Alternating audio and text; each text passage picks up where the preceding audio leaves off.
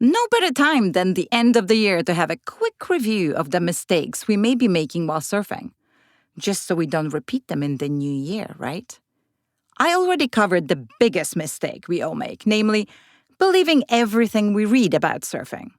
But now, I have a couple more for you.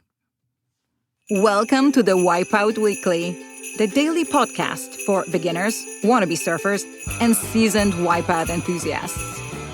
No hype, no filler, just the highs, lows, and honest truth about learning to surf and finding your place in surf culture.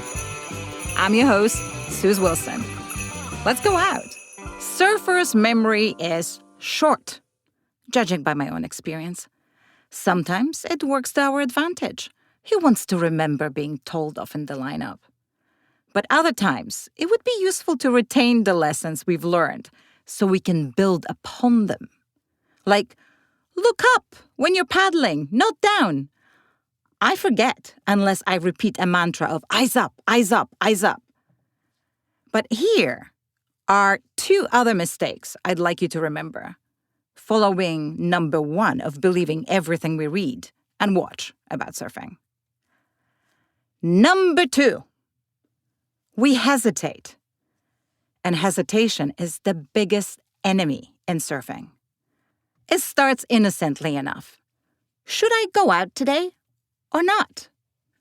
You're staring at the forecast and the cams with the intensity of something very intense. And somehow, you're still unable to make a decision. So you start building a case against it. It's too big. It's too small. It's too cold. There's grocery shopping to be done and Netflix shows to be watched. Because going out means there is a possibility of failing in all sorts of ways. Not catching as many waves as you'd like to, not landing the thing you're working on, not standing up at all, not even getting through the white water to the green waves. And yes, when in doubt, don't go out. Safety first, always. But sometimes it's worth questioning just a little where that doubt is actually coming from. There's physical hesitation too. And this is where surfing really starts to unravel. Physical hesitation is the half paddle, that extra look over your shoulder, the almost pop-up followed by sitting back down or kneeling. Let's pray for a pop-up next time.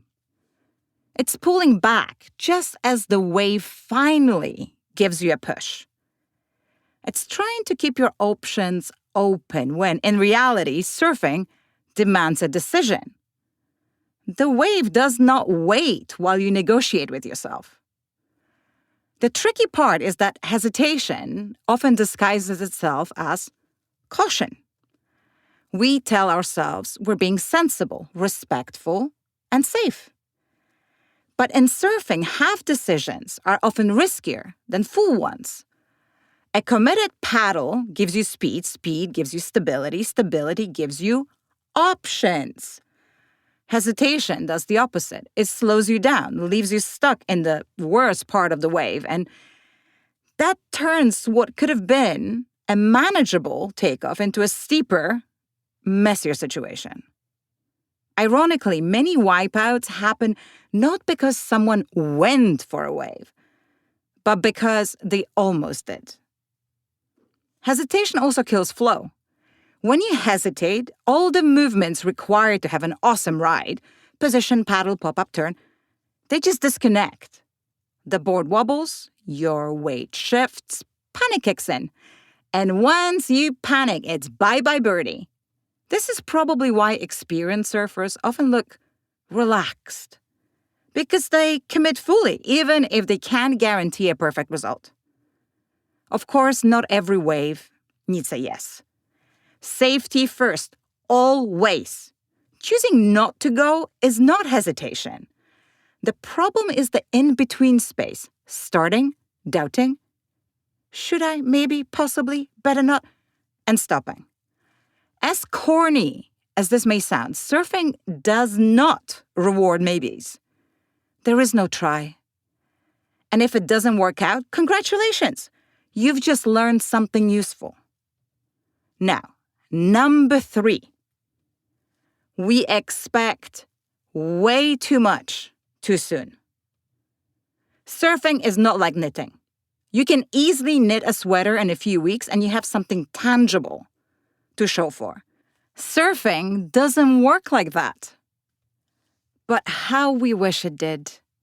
You can surf for months or years and still feel like you're back at square one on any given day. You hear this a lot. Progress in surfing is not linear. You don't unlock skills and stages. You don't get to perfectly replicate a skill just because you've done it before. One day you're catching waves easily, the next you can't get out of the white water. One session you feel on top of the world, the next you wonder if you've forgotten how to surf entirely. That's not failure. That's surfing. It pains me to say this, but social media doesn't help. You see some surfluencer's 6-month progression reel, and you expect to get to the same point in the same amount of time. I'm not saying it will not happen, but it will most likely not happen to you. Measuring yourself against someone who surfs a completely different wave on a different board, has a different body type and physical ability, and a totally different life schedule is guaranteed to lead to frustration. And frustration leads to quitting, or worse, forcing progression when it's way too early. Yeah, I should get a smaller board. Yeah, I should go out for these 4 to 6 foot waves. Then it just becomes dangerous. As much as surfing rewards decisiveness, it also rewards patience. So for our 2006, I wish us all less hesitation, lower expectations, and don't believe everything you read. And that's all for today. Check out the Wipe Weekly for our free newsletter, more stories and ways to connect with us. Thanks for listening. See you tomorrow for more of the Wipe Weekly.